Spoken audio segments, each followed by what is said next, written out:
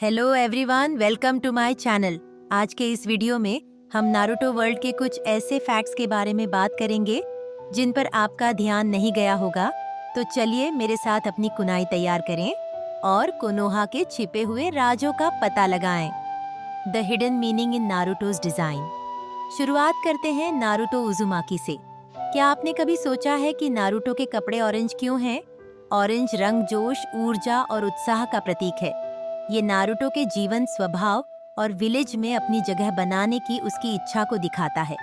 उसके कपड़े के रंग कोनोहा के शिनोबी के पारंपरिक गहरे रंगों से अलग हैं, जो ये दर्शाते हैं कि नारुतो हमेशा से ही कुछ अलग था। फिर वह स्पाइरल सिंबल जो कई बार दिखता है, जैसे कि नारुतो का स्टोमिक सील या उसके क्लैन का सिंबल। जापानी संस्कृति में स्पाइरल्स का मतलब होता है अनंतता और विकास, जो नारुतो की यात्रा को दर्शाता है, हमेशा सीखते हुए और आगे बढ़ते हुए। उजुमाकी का अर्थ भी स्पाइरल्स ही है। The hidden meanings behind the names. अब बात करते हैं किरदारों के नामों की। नारुतो में हर नाम का एक खास मतलब है, जो किरदार के स्वभाव या उसकी कहानी की ओर इशारा करता है। उदाहरण के लिए, नारुतो सिर्फ एक रामेन टॉपिंग नहीं है, यह नारुतो स्ट्रेट में पानी के भंवर का भी नाम है।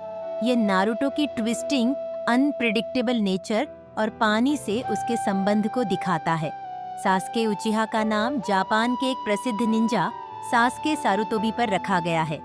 उचिहा शब्द उचिवा से लिया गया है, जो एक पंखे का प्रकार है। उचिहा कबीला अपनी फायर रिलीज टेक्निक्स के लिए प्रसिद्ध है और पंखा आग को हवा देने का प्रतीक है।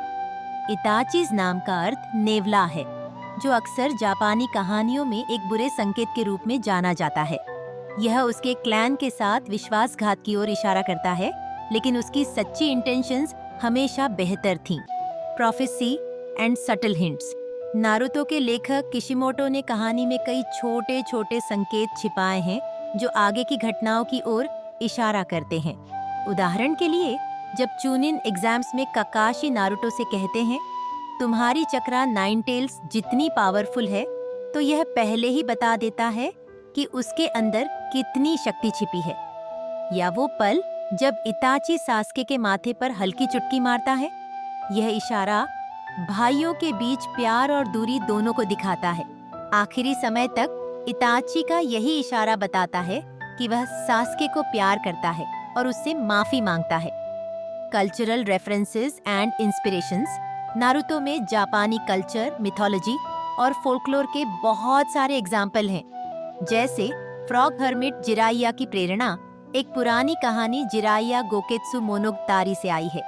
इसी तरह सुनादे और ओरोचिमारू भी इसी कहानी के पात्रों से प्रेरित हैं, जो सीरीज में भी एक ट्रायंगल बनाते हैं। एक और एग्जाम्पल है अकात्सुकी। उनके कपड़ों पर लाल बादल बने होते हैं, जो क्रांति की लाल सुबह का प्रतीक है। यह अकात्सुकी के मूल उद्देश्य को दर्शाता है, अपने तरीके से शांति लाना। अकात्सुकी के सदस्यों की अंगूठियों का भी खास मतलब है।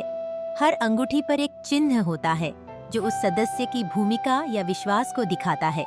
Background details and Easter eggs. अब बात करते हैं उन छोटी छोटी चीजों की जो नारुतो की दुनिया को और भी दिलचस्प बनाती हैं। जैसे नारुतो के अपार्टमेंट में आप अक्सर एक मेंढक के आकार का सिक्कों का पर्स देखेंगे। ये सिर्फ एक प्यारा एक्सेसरी नहीं है, बल्कि जिराइया के साथ उसके संबंध और उसकी पैसे की समस्याओं का भी संकेत है। होकागे मॉन्यूमेंट भी देखें। मॉन्यूमेंट में हर नया चेहरा अपनी कहानी के साथ आता है। ध्यान से देखने पर सुनादे का चेहरा बाकी चेहरों से थोड़ा अलग दिखेगा, जैसे वह संघर्षों का सामना कर चुका हो। Music and sound design. Naruto का म्यूजिक और साउंड डिजाइन भी ध्यान देने लायक है। कंपोजर्स तोशियो मसुदा और यासुहारी तकनाशी ने पारंपरिक जापानी इंस्ट्रूमेंट्स का इस्तेमाल किया, जैसे शामीसेन और शाकुहाची, ताकि यह शो और भी खास लगे। जब भी आप नारुतो और सास्के के रिश्ते के बारे में कोई भावनात्मक दृश्य देखते हैं, तो आपको बैकग्राउंड में हल्की धुनें सुनाई देती हैं, जो उनकी इमोशंस और इवेंट्स की ओर इशारा करती हैं। ये छोटे छोटे विवरण कहानी में गहराई जोड़ते हैं और इसे खास बनाते हैं। तो ये थे नारुतो के कुछ हिडन सीक्रेट्स और इंटरेस्टिंग फैक्ट्स। अगर आपको ये वीडियो पसंद आई हो तो लाइक और सब्सक्राइब करना न भूलें। Thanks for watching.